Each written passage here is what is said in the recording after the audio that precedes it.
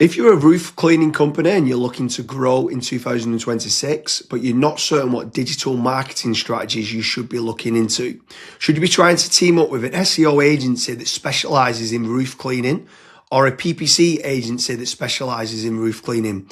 Before we get started, Kasra, what bit of advice would you give to a business owner of a roof cleaning company? So for roof cleaners, the biggest piece of advice that I would recommend, especially if you're trying to scale out your digital marketing, is setting up some KPIs. You want to check profitability, how much money you're spending, where your money's actually going, how many leads you're actually getting for that money being spent as well. Once you have those figures in place, that's when digital marketing becomes a lot more predictable. You can scale certain campaigns up that's working for your company or switch certain campaigns off as well. So James, for roof cleaning companies, what are some digital marketing strategies that you would recommend? Branding or brand SEO and making certain that you're looking good online, you've got a strong reputation.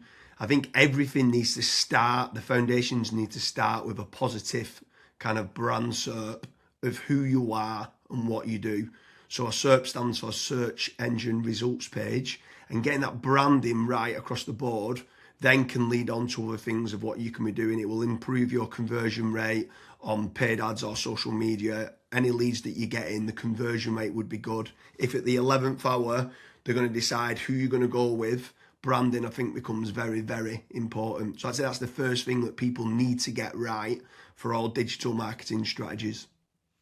My next strategy is going to be AI visibility. I feel like more and more companies are actually looking into this. So what does ChatGPT, Claude, Gemini, Grok, Perplexity say about your brand or about your business? Is it a positive thing or is it a negative thing? And also trying to figure out what it says about your competitors as well.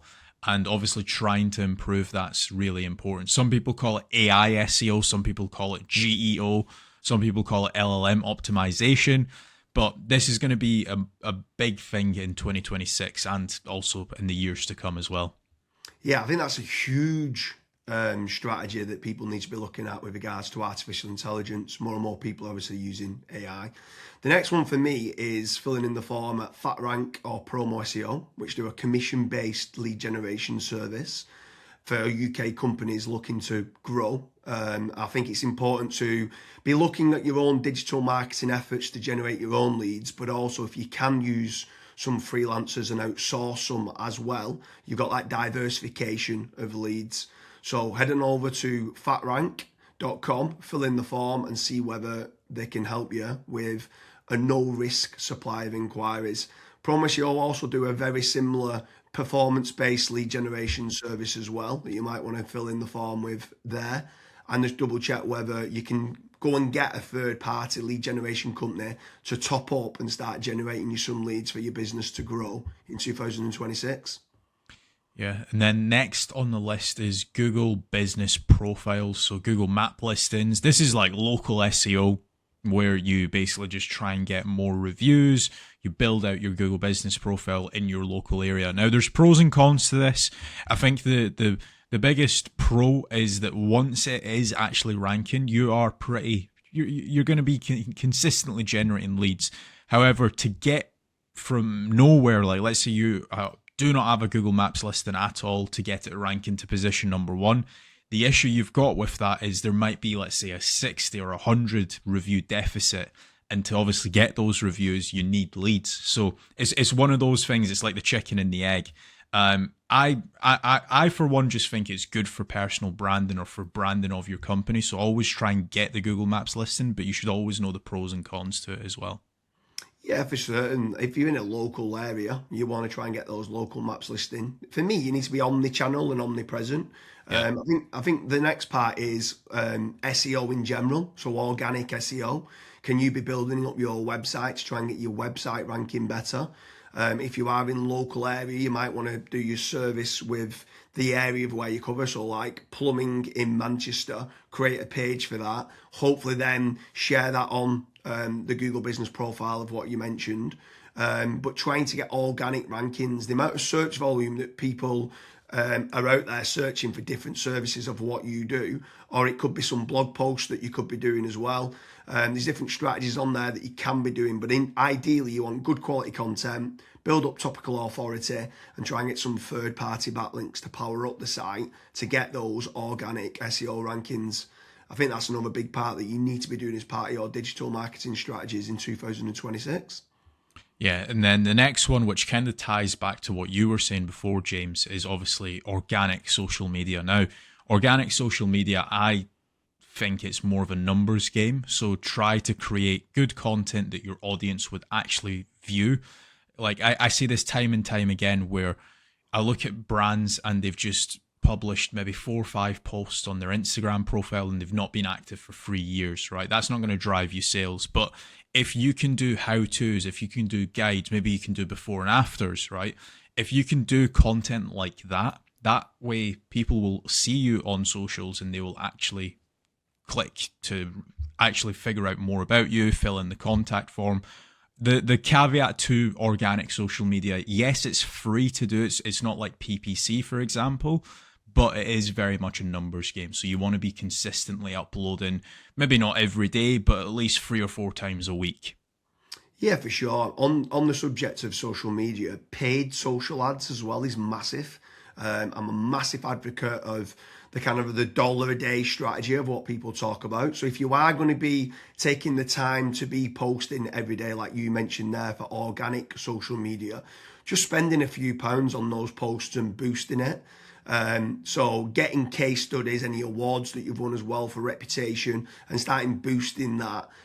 You can also be running retargeting ads. So if anyone's clicked through to your website, you can be running retargeting, which is paid social as well. Different places like Meta, so whether that's Facebook and Instagram, you've got Twitter, you've got YouTube, you can be running Pinterest, you can even run in places like Reddit as well, for paid ads. And I think paid social media is still an untapped market for digital marketing strategies. Yeah. The next one is it's probably a love-hate relationship. It's PPC, right? Google AdWords or doing it on Bing, wherever. That's basically the sponsored results. So if you search for a service, it's above local SEO. Now, I have spoken, and both myself and James, we've both spoken to so many business owners that are either they've spent 10, 15, 20,000 pound on it, and they've not had a single result, or they might have had a few leads and it's just not been of quality. Or you've got other guys that have spent hundreds of thousands on it and they're like, it's the best thing that's ever happened to my business. Now, the reason why people are either they absolutely love it or they absolutely hate it is probably down to how it's been set up. Like there's so many different nuances to PPC. Like for example, having a really proactive negative keyword list, making certain that you have a set of banned IPs. Like, for example, your competitors could be clicking on your ads and that's deemed as what's called click fraud. Making certain that you've got a high converting landing page, making certain that you KPI your sales team. So when a PPC lead comes in, that is one of the first priorities that they actually take when it comes to contacting the lead. There's all of these different nuances, and if you're not on the ball with PPC, it's probably not going to work for your business. However, if you've got a really good, well-refined sales team, you've got a really good landing page, you've got a well-kept, up-to-date negative keyword list, you are using click fraud software, at that point, it will actually probably perform well for you. But again, just know the pros and cons to PPC. Yeah, for sure. There's certainly pros and cons. There's benefits of using it to get instant leads. But like you said, the amount of people that we speak to that have burnt a lot of budget and not had the inquiries and stuff that's come through as part of the digital marketing is pretty scary. While we're on the subject of paid, obviously we spoke about paid social ads and now you've spoke there about PPC with Google or Bing. I'm going to throw in the mix paid ads on AI platforms. It's not fully rolled out as we're doing this video, but I know that ChatGPT are looking to try and roll out ChatGPT ads. Claude, Perplexity, other kind of LLMs might start rolling it out in 2026. I think if you're one of the early adopters and innovators to get on there, I think you could be getting cheap leads or cheap contact form submissions. So it's something to look out for of doing paid AI listings and ads. I think that could be something to look out for in 2026. Next on the list, and this is a little bit out of control. you do obviously have like forums that you can get your brand mentioned in, like for example, Reddit and Quora. That very much comes down to the after fact. Like, where are your customers that you've been dealing with previously? Are they actually raving and shouting about you? If they are, then that's a very good resource of getting other people recommending you. So if you can get that, again, it's a little bit out of your control, but asking for reviews, asking for them to recommend you to friends, to people, that can obviously generate you a decent amount of leads and inquiries as well. Yeah, for sure. And the add-on benefits to places like Reddit is that it's getting cited so much now in the AI overviews. So when you spoke there early on about AI visibility, if you can try to get a positive kind of lot of people talking about the products and services of what you do and some reviews on there, it's indirectly then going to help you, or directly actually is going to help you with AI visibility. And then the last one for me is tradesman websites. So like Check a Trade, Bark, or teaming up with a third party lead generation company. Something I would say with all of these practices, Kasra touched on earlier about making certain that you understand your KPIs and your ROAS, return on ad spend. I think it's very important for business owners that are doing any sort of digital marketing to be tracking how much time and effort's being put into, let's say, running organic social media or running paid ads. Everything should have KPIs put in place. And this is exactly the same then with tradesman websites like Check a Trade, Bark, Rated People, My Builder. These could all be amazing platforms to generate leads that could get you a positive return on investment. And if you do, you should continue to be using those platforms. There's certain lead generation companies out there as well that could generate you quite a lot of leads. They could be using organic SEO or PPC or social media ads to generate you those leads. But if they are getting you a positive return on investment, again, I'm all for it as part of your digital marketing strategies. But I just want to repeat one more time with regards to FatRank and Promo SEO. They do lead generation and they guarantee a return on investment. It's a commission-based lead generation service or performance-based lead generation service.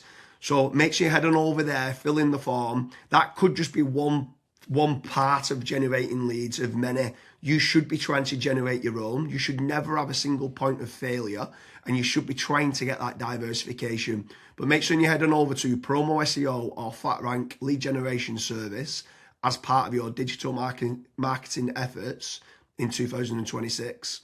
Thank you very much, Kasra.